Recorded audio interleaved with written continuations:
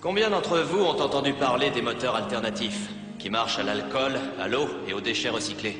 Des carburateurs qui peuvent faire des centaines de kilomètres avec 3 ou 4 litres d'essence. Des moteurs électriques ou magnétiques, qui peuvent tourner indéfiniment. Vous ne les connaissez pas parce que s'ils venaient à être utilisés, les compagnies pétrolières ne feraient plus d'affaires. Le principe du moteur à explosion est périmé depuis plus de 50 ans. Mais à cause des cartels pétroliers et d'une réglementation malhonnête, nous sommes obligés partout dans le monde d'utiliser de l'essence depuis plus d'un siècle. Ces grandes entreprises sont les premières responsables de la pollution de l'eau que nous buvons, de l'air que nous respirons et de la nourriture que nous mangeons. Elles ne se soucient pas du monde qu'elles détruisent, mais seulement de l'argent qu'elles gagnent en le détruisant. Combien de marées noires pourrons-nous supporter? Des millions et des millions de tonnes de pétrole détruisent les océans et les nombreuses formes de vie qui s'y développent. Parmi elles, il y a le plancton, qui fournit 60 à 90% de l'oxygène de la Terre. C'est sur lui que repose tout l'écosystème marin qui forme la base des ressources alimentaires de notre planète. Mais le plancton est en train de disparaître. Je me suis dit, allons nous installer dans un autre pays, quelque part dans le monde. Et en cherchant un peu, je me suis rendu compte que ces gens se débarrassaient de leurs déchets toxiques dans le monde entier.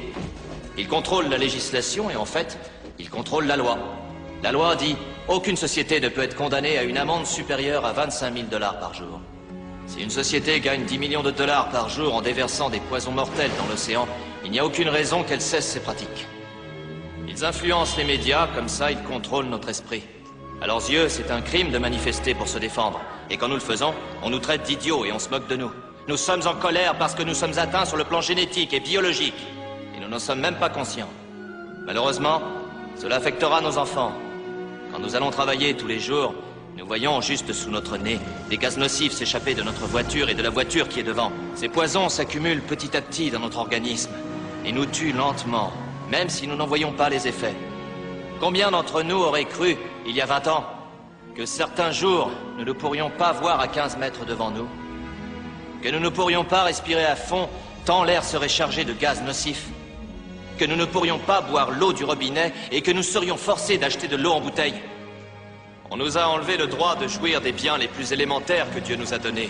Malheureusement, la réalité est tellement sinistre que personne ne veut en entendre parler. On m'a demandé ce qu'on pouvait faire. Je pense qu'il nous faut une assemblée responsable qui puisse défendre nos intérêts plutôt que ceux des grandes entreprises. Cette assemblée doit interdire l'introduction dans notre environnement de tout ce qui n'est pas parfaitement biodégradable ou chimiquement neutralisable en cours de production.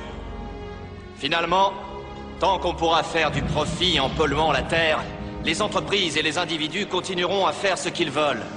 Nous devons obliger ces entreprises à opérer avec le maximum de sécurité et de sérieux, sans jamais perdre de vue nos intérêts, afin que si elles manquent à leurs obligations, nous puissions récupérer nos ressources et en faire ce qui nous semble juste en notre âme et conscience.